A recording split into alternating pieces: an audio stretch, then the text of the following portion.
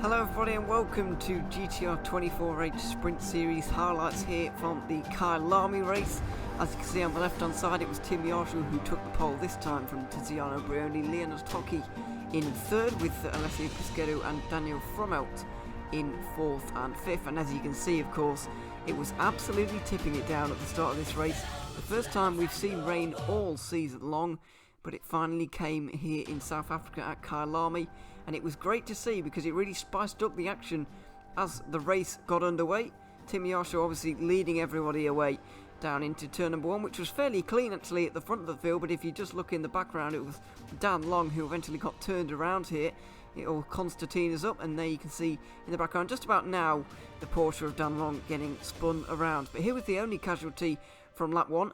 I say that as Leonard Tocchi goes wide at turn 2. He had dry tyres on early on in this race, which is obviously not the right call at all.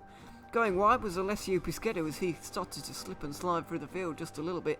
That was Miles Dixon getting up into P3, and he wasn't quite done yet there either, with Pierluca Amato also coming under fire from the Aston Martin not only 5 minutes later.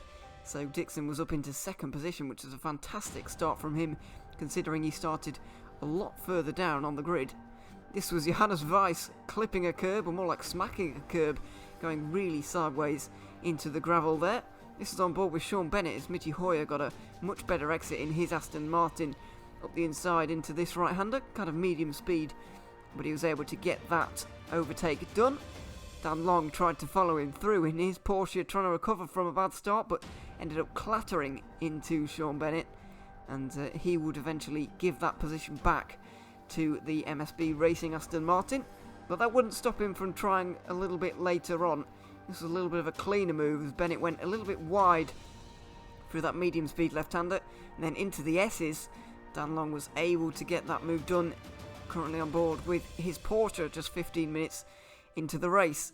Pisquetto was continuing to struggle for grip really as he went wide coming into the S's at the very same portion of the racetrack, and this allowed Johannes Weiss, who was recovering from his little slide earlier on, to climb up the order once again. He wasn't stopping there either. Pierluca Amato would then fall victim to the Butler Powell Motorsport Audi.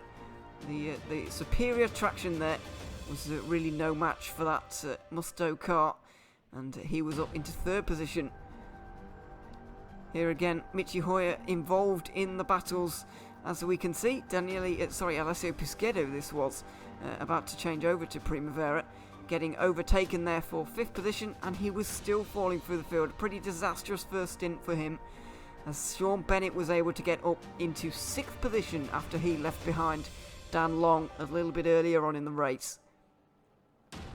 He would continue to climb through the field though. This was with Michi Hoyer, these two running in tandem for much of the second half of the first stint. They run side by side now out of turn 4, and Hoyer was able to hold on this occasion. This is Tiziano Brioni, who had just made his pit stop, went very wide into the gravel earlier on in his stint, letting Daniele Primavera, who just got into his car, through there, which is not good for the Musto car, as we will see later. But Jacob Anderson then also making progress. Brioni really struggling in the early part of the stint, which was not good at all. With 53 minutes to go, he was only in 7th, which is nothing short of a disaster for those guys. As you can see on the left-hand side of your screen right now, late braking from Daniele Primavera, who was able to get up ahead of Jacob Anderson, and they were both ahead of Brioni. Brioni was starting to make some progress through the field though, and would end up in 4th position here after this dive on Mikkel Mo, a very well executed dive as well, and he still had 3/4 of an hour to catch up to Filip Matic in front of him. Meanwhile, this was Marko Pajic trying to overtake Jacob Anderson, who was also falling through the field just a little bit in his stint. Good traction there from the Audi, was able to get up the inside into this surprisingly good overtaking opportunity at the right-hander there. Careful not to clip the curve on the inside, and he was through fairly easily. He was also able to watch this fantastic battle for 5th position between Mikkel Mo, Daniele Primavera and Pajic himself. was absolutely huge to see these guys. Primavera is going to make a very late dive here. Bump and run on Mikhail Mo, who was ended up in the gravel, down to 7th position. Payet tried to overtake both of them, but was squeezed onto the grass there by Primavera.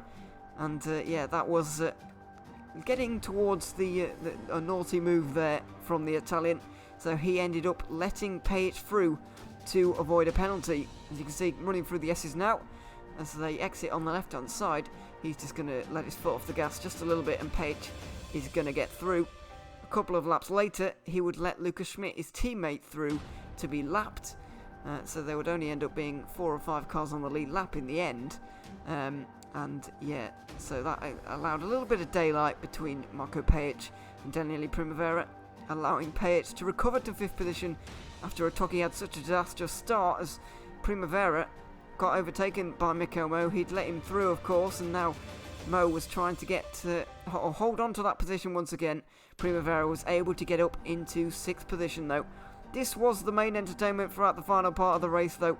It was Tiziano Brioni versus Philip Matzik, faking one side, going down the inside of the other on an incredibly tight line. Matzik pulled a little bit wide to try and get a better exit, and he did so in the end, running very close up through the S's at 3 and 4, and he would go for it here down the inside into turn 5, the 90-degree left-hander. Bit of contact between the two of them. Brioni would go into the gravel just a little bit. The German Matzik would retake that position as this battle continued on in the very final moments. As you can see, the clock ticking down to 0 now. Brioni braking much later than Matzik into this hairpin. He was able to just about get it done. Minimal contact, if not none at all. But Brioni would eventually get up into 3rd. It was Lucas Schmidt who took the win though, a very impressive win, able to lap everybody but the first 3 cars. Simon Crane for a historic 2nd place for Pulse Simsport. A fantastic drive from him and Miles Dixon put together. They were able to get 2nd, and Tiziano Brioni would come home 3rd, as you're about to see now, to tie up the championship with Burst E-sport.